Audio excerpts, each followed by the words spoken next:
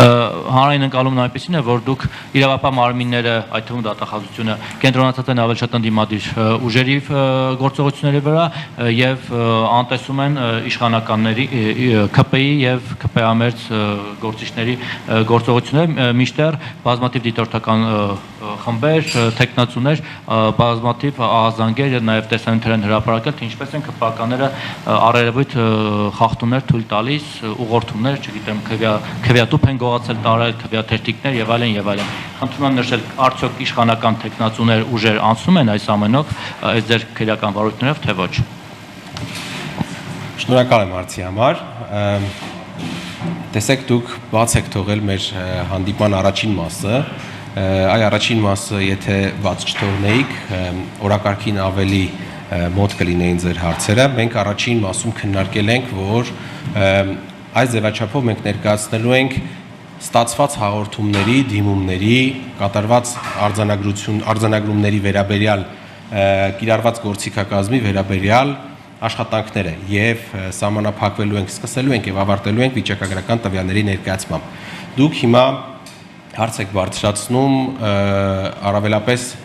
նախաձեռնված վարույթների վերաբերյալ։ Ես հայտնեմ, որ ներկայացրել եմ դատախազությունում ստեղծված դատախազական խմբի գործունեության արդյունքում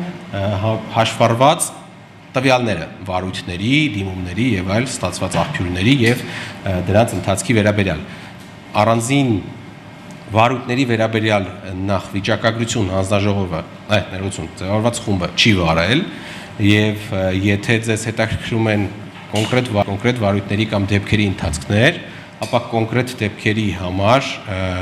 նախ օրակարգից կշեղվենք, եթե այդ մասին սկսենք խոսել։ Եվ երկրորդ, կարծում եմ ավելի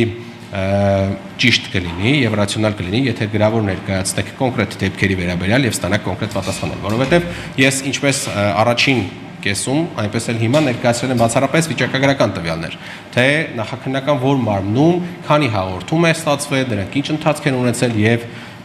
ըստ էության ամբողջ ժամանակի համար ինչ տվյալներ ունենք։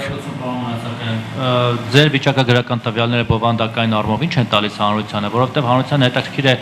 այդ վիճակագրության մեջ ով է, ում դեմ է հարուցվել, ինչի համար արդյոք այստեղ կան քաղաքական բռնաճնշումների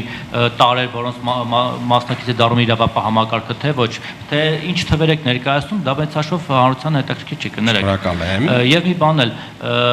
նույն ընդդիմադիրների, օրինակ ուժեղ Հայաստանի մասով, չգիտեմ, մյուսների Հայաստան Դաշնիկի մասով հակակոռուպցիոն կոմիտեն բազմաթիվ հաղորդագրություններ իրար վրա տարածում, էլի անտեսելով ԿՊ-ին, եւ այդ մենք հետո տեղեկանում ենք, որ դրանց մեծ մասը 70-80% գործերի հիմնավոր կասկածի բացակայության հիմքով ջրվում են ուղակի, չեն հարուցվում, բայց այն էլ նախընտրական շրջանում իհարկե ընտրությունները ավարտվել են, ընտրություններից առաջ այդպիսի հաղորդագրություններ տարածելը չեք կարծում, որ ուղիղ հարված է տվյալ ընդդիմադիր ուժերի հեղինակությանը։ Շնորհակալ եմ։ Որ ջրվում են մեծ մասը։ Շնորհակալ եմ։ Ես ճիշտ ասած չգիտեմ ջրվել ասելով ինչ նկատի ունեք, որովհետև քրեադատավարական տերմին չէ դա, ես չգիտեմ։ Շատ լավ։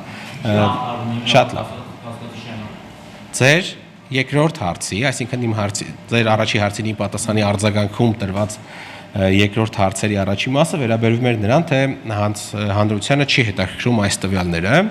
Ես պետք է նշեմ, որ իմ գնահատմամբ դա ձեր սուբյեկտիվ ընկալումն է, որովհետև եկեք նաև չանտեսենք այն հանգամանքը, թե այս հաղորդումը որ մարմնում է ներկայացվում։ Հաղորդումը ներկայացվում է կենտրոնական դրական հանձնաժողովում, սա առաջին մասում էլ խոսել ենք այդ մասին, սերտ համագործակցության, քարոզարշավի ամբողջ ժամանակահատվածում արձանագրված դեպքերի տվյալների ամփոփումն է։ Հիմա եթե դուք բանավեճից չմտնենք, ես ուղղակի ամփոփեմ ձեր հարցերի պատասխանը։ Ես շատ բովանդակային եմ պատասխանում իմ կարծիքով, որովհետև ձևաչափը եւ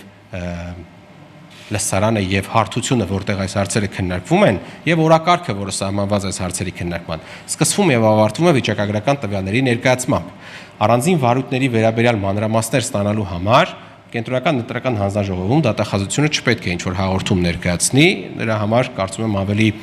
այլ ուղիներ կան, որոնց վստահ եմ դուք տիրապետում եք։